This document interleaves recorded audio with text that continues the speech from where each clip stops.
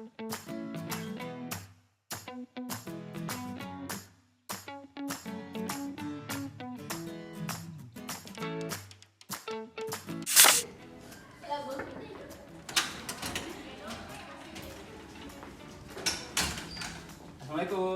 Waalaikumsalam. Habis kelas tes siapa? Bukan pura-pura, Pak. Materi apa? Getaran. Iya, iya. Oke. Ya, doa lagi. Boleh ketua kelasnya pimpin doa dulu. Baik teman-teman, sebelum kita memulai pelajaran hari ini, alangkah baiknya kita berdoa. Berdoa dipersilakan. Berdoa dicukupkan. Oke. Bagaimana kabar anak-anak sekalian? Baik. Oke. Hari ini kita akan mempelajari tentang materi baru. Itu tentang materi fluida dinamis. Apa di sini ada yang udah pernah dengar materinya? Atau tentang fluida dinamis? Belum, Pak. Mungkin ada yang belum, ada yang udah ya. Nah, sebelum kita lanjut ke materinya, di sini saya akan membacakan tujuan pembelajarannya. Itu tujuan pembelajarannya yang pertama, memahami apa itu fluida dinamis dan prinsip dasar yang terkait, seperti kontinuitas dan juga hukum Bernoulli. Yang kedua, menjelaskan penerapan fluida dinamis dalam kehidupan sehari-hari. Di sini siapa yang tahu apa itu fluida? Saya, Pak. Boleh sama? Menurut saya fluida itu seperti air. Oke.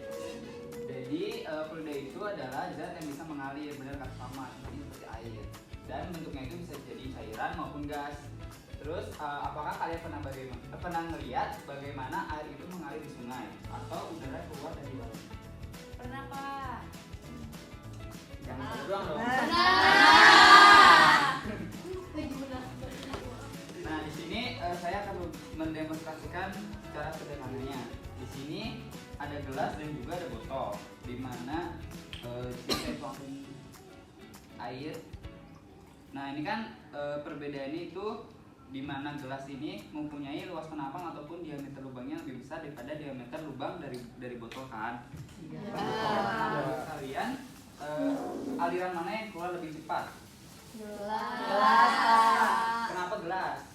Karena lebih besar. Nah, bener banget. Nah, coba kalian simpulkan apa yang tadi sudah saya demonstrasikan. Masih kurang paham, Pak. Iya, Pak. Iya, Pak. Nah, jadi buat kesimpulannya, jadi untuk diameter yang lebih besar itu menghasilkan aliran yang keluar lebih banyak gitu. Jadi misalnya gelas ini dituangkan daripada botol ini, maka jumlah aliran yang keluar lebih cepat itu yang punya gelas dibandingkan punya botol, seperti itu. Nah, sekarang saya ingin kalian berpikir sejenak. Bayangkan ada dua pipa air, yang satu pipa kecil dan satu pipa besar. Ini buat yang kecil sama besar itu diameter yang tadi sama kayak yang gelas sama botol. Nah, jika air yang keluar dari yang kedua pipa itu jumlahnya sama, misalnya sama-sama 10 liter, menurut kalian bagaimana kecepatan alirannya di masing-masing pipa? Boleh, Mada? Menurut saya lebih cepat di pipa kecil. Nah, benar banget. Kecepatan air di pipa kecil itu lebih besar dibandingkan dengan pipa besar. Ini karena prinsip kontinuitas, yaitu aliran fluida harus tetap konstan. Jika pipa lebih kecil, fluida harus bergerak lebih cepat untuk melewati penampang yang sempit. Nah, untuk penampang itu yang tadi ini yang diameternya. Terus, bagaimana jika fluida melewati tikungan tajam atau pipa dengan permukaan yang kasar? Nah, ini untuk contohnya, jadi pipanya itu dikasih keran, terus dibukanya cuma setengah. Menurut kalian gimana? Saya, Pak. Boleh, silakan sama.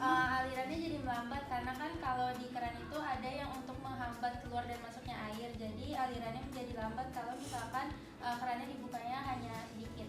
Nah, betul. Hambatan seperti tikungan yang ada pada keran itu bisa memperlambat aliran fluida dan juga mengurangi tekanannya.